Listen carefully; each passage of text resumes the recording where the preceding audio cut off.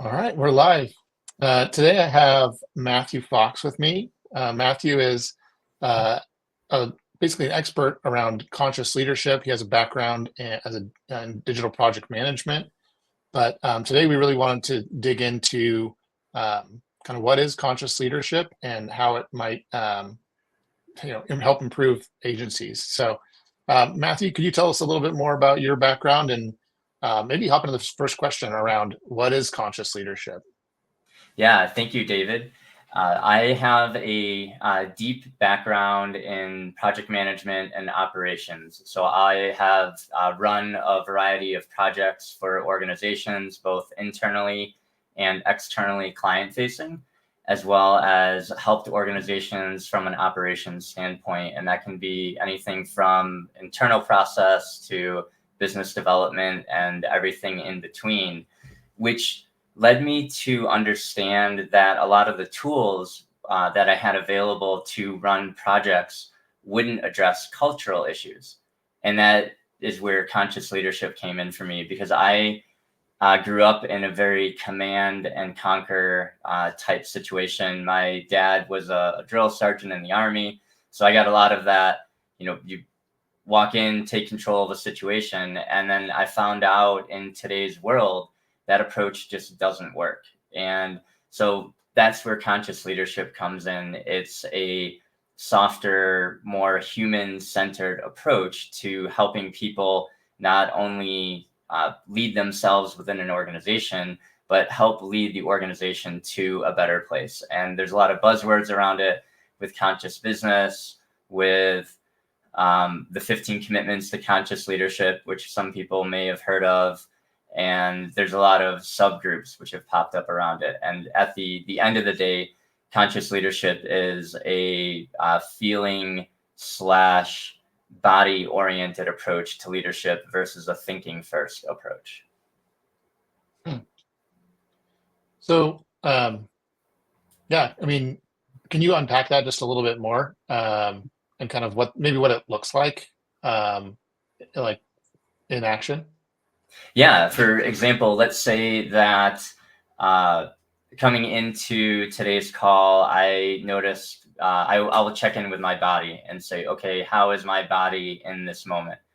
More often than not, when we go into a situation, we're using our head. And when I've done that in the past, I tended to get into situations which didn't work out to my benefit. So the typical thing into coming into a podcast or a video is there might be feelings of nervousness or anxiousness of how am I going to do? How am I going to show up? And by checking in with my body, I can then come back to myself and realize, okay, what's happening from the head down. And what that looks like for me is I notice I'm a little bit warm right now. I notice the room around me feels a little bit warm.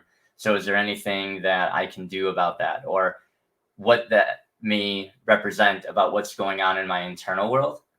And I think that's something that's also missing a lot from a lot of organizations. What's happening in our internal world isn't often recognized. And that's where one of the gaps comes in. For example, if I felt really compressed or really worried about something and I didn't do something to address that before I walked into the call today, I might show up in a very contracted way.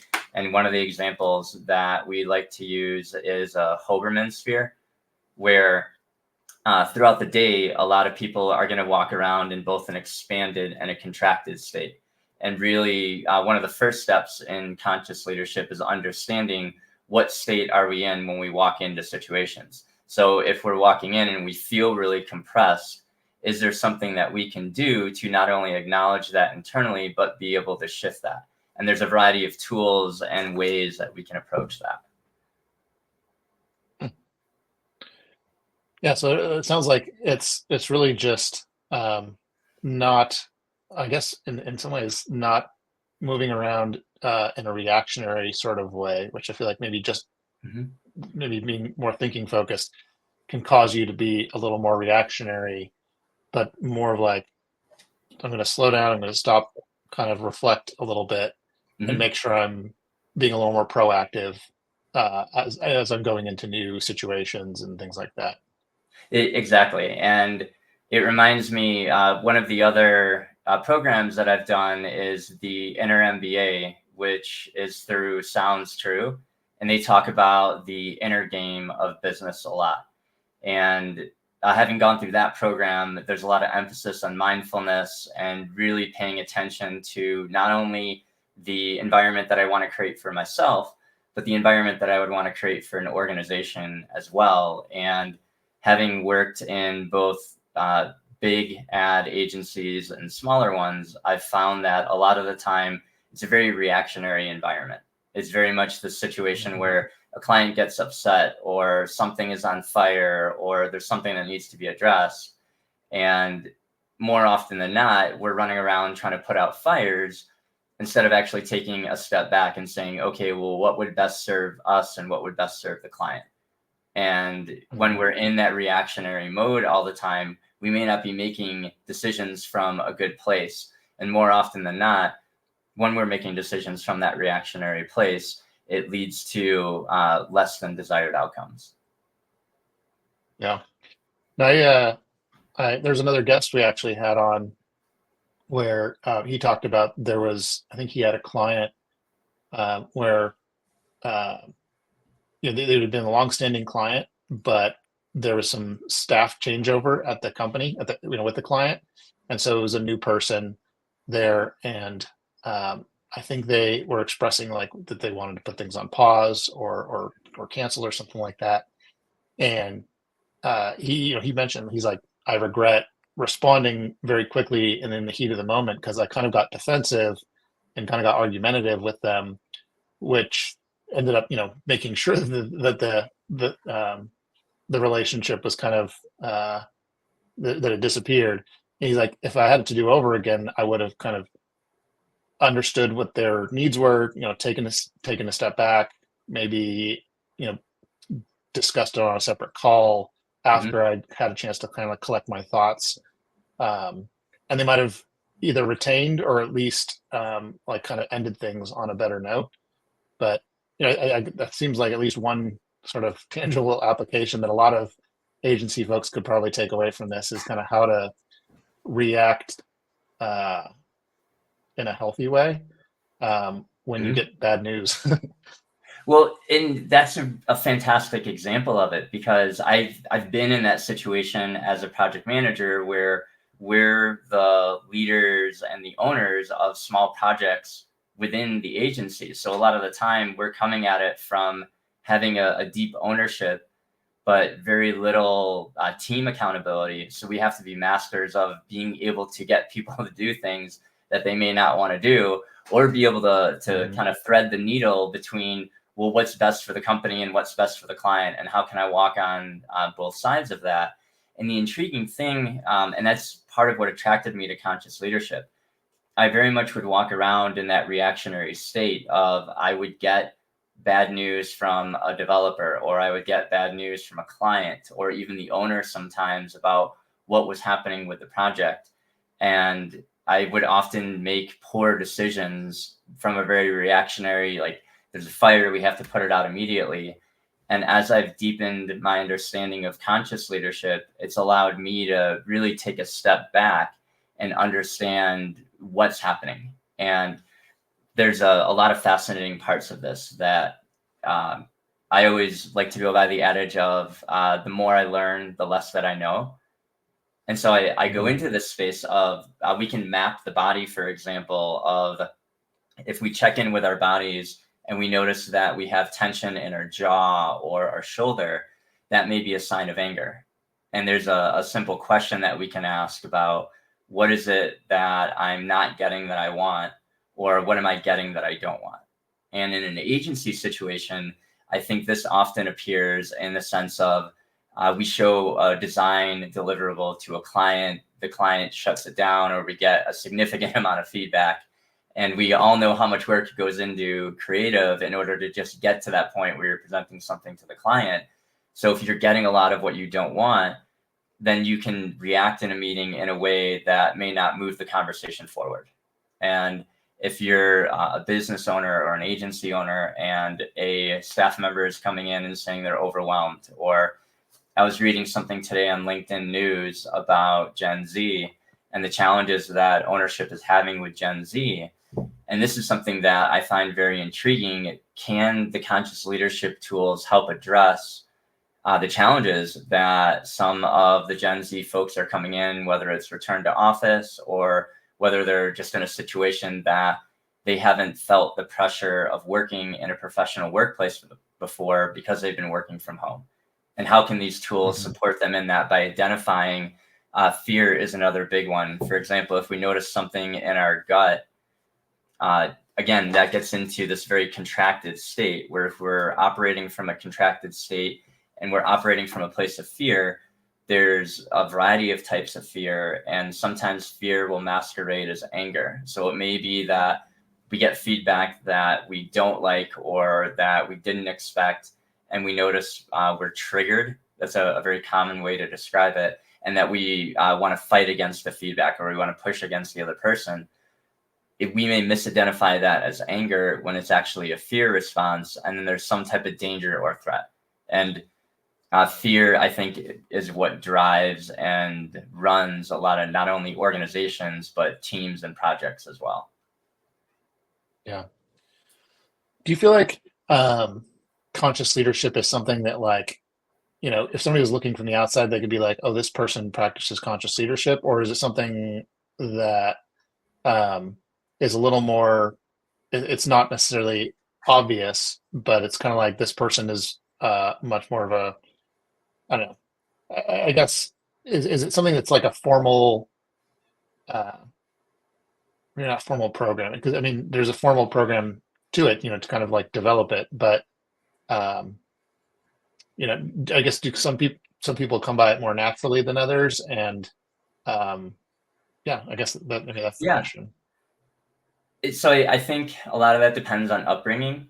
For example, if you were brought up in an emotionally aware and emotionally resilient household, you may notice someone who they're very open. They're going to tell you what's going on in their internal world without making it about that. And an example would be, let's say that you notice someone's coming in and they're coming in a low energy state.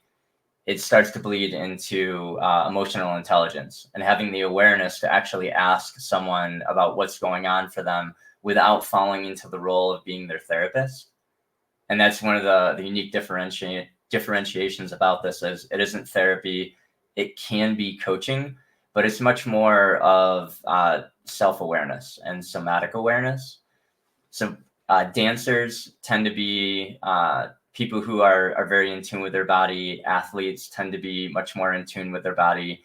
Anyone who's been in an environment where they're not only having that somatic awareness of having to move their space or move their body through space, or kinesiology would be the other way to appreciate it. It's also going to be those folks who their parents may have been therapists, or their parents may have prioritized mental health. And there's not a specific way that I would say people show up.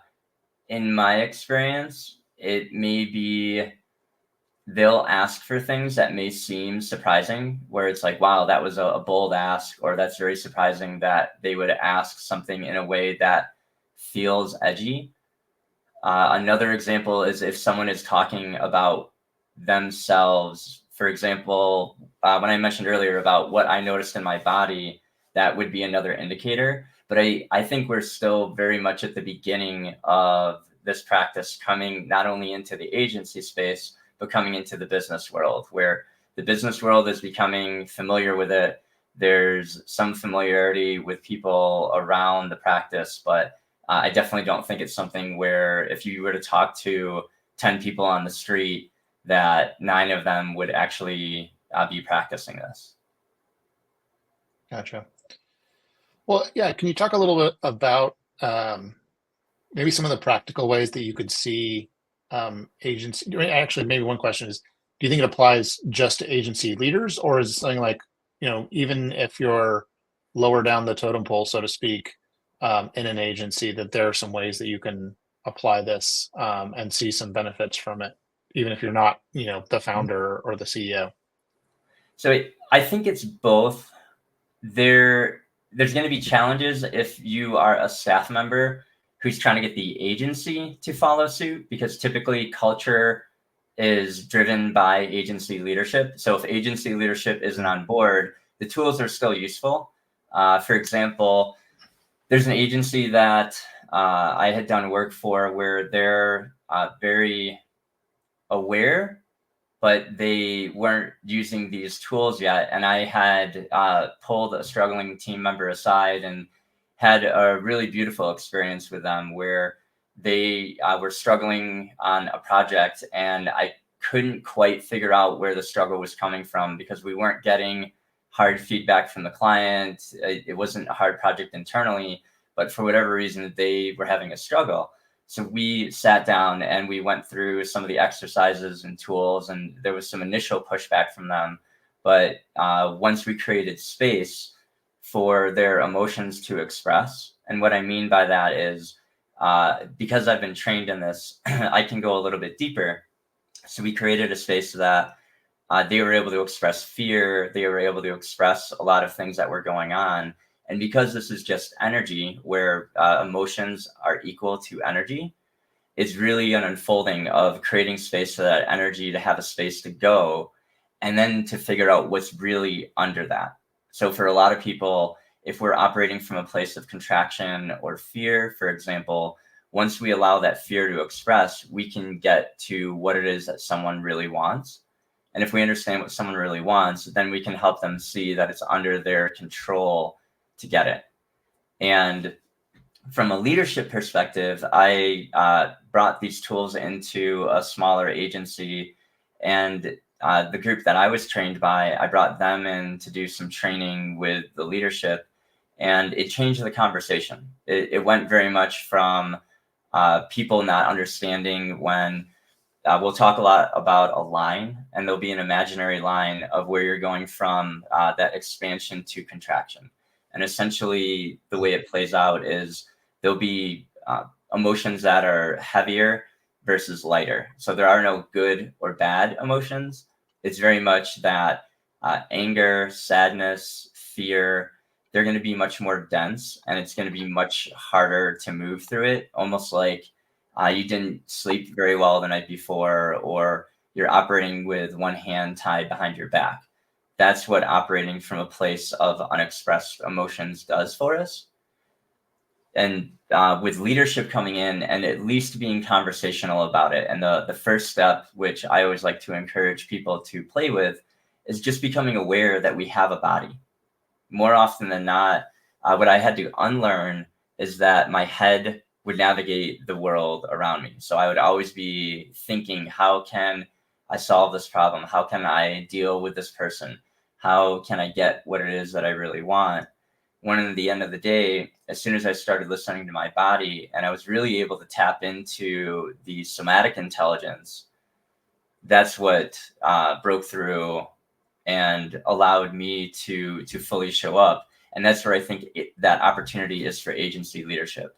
For example, if you're an owner of an organization and you're afraid that there's cash flow issues, or that you're going to have staffing issues because you can't find the right people for the right position, if you're not able to express what's under that or what's driving that, then again, you're operating with one hand tied behind your back.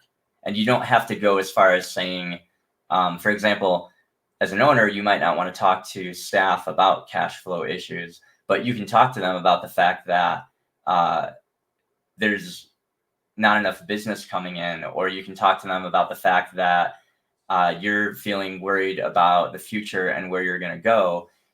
And the big thing that I want to emphasize about this is it isn't enough just to state the first part of it. For example, a lot of people will get stuck in the sense of they'll express an emotion or they'll express where they're hung up, but they don't go as far as talking about, what it is that they actually want.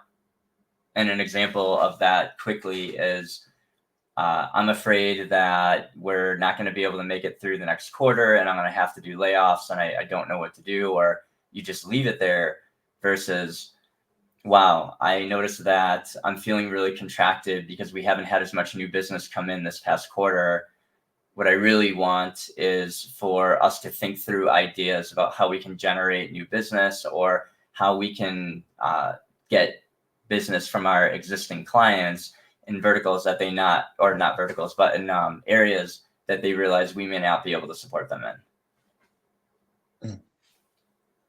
Yeah, I think that makes a lot of sense. Well, I guess what do you? I could see a lot of agency leaders, founders, seeing a lot of the benefits in this. Um, how would you say? Or I guess what are like some practical steps that founders and leaders can take to kind of start moving in this direction, formally or informally, to kind of, I don't know, develop more of their conscious leadership? So there's a variety of ways that people can get started in it. What I find a lot of the time is agency owners don't always have the money to do the training, to formally bring programming like this internally. So they are looking for other resources that will be able to help them out. One of those is called the 15 Commitments to Conscious Leadership. There's an entire book written about it. There's a group that runs. They have the 15 commitments listed out on their website. Another place that I'll turn people on to is Crafted Leadership. And that's where I received my training, and I have permission to use their material. And they have a lot of fantastic resources on their site. Essentially, it's starting with wherever you're at. So if you have no body intelligence or no awareness of what's going on below your head, which I find more often than not, technical leaders, they're very analytic, data, etc. driven, and they're missing the body side of things, or they're missing the opportunity to really feel into what's going on. I know as a tech person in my past, it was very uncomfortable at first to start to recognize the fact that I have a body, like it's saying things to me. I should recognize or listen to what it's saying. And once I started opening up that conversation, there's a lot of exercises that will kind of stoke the fire for leaders. One can simply be setting a reminder a couple times a day. And all you need to do is just scan your body and notice what's happening in your body. I know if I've been sitting in front of the computer for a long time and I haven't gotten up, or I haven't taken care of myself, when I check in, it may be like, oh, wow, I haven't eaten for the past like 6 hours. I should probably go get something to eat. I haven't had any water for half the day. I should go get more water. And the goal of that is to start really small and just focus on, what does our body need? And then as you become more adept at it, then you can start to scan and notice, oh, like my left shoulder feels really tight, or, the back of my neck feels tight, or my stomach. And then as you continue to progress there, you can actually check in the moment.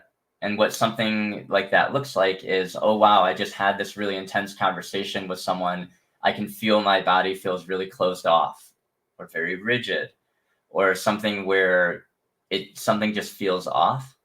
And becoming conversational, if you will. It sounds very new agey, and it kind of threw me off when I first learned about this, but it's actually checking in with that part of my body. And there's something my mentor, Dr. Julie Caldwell, talks about, where impulses are very important. So as we are starting to listen to our body, we may notice an impulse that, I've been inside all day and I haven't been outside. So even getting outside for a couple minutes can help shift our energy and shift our perspective.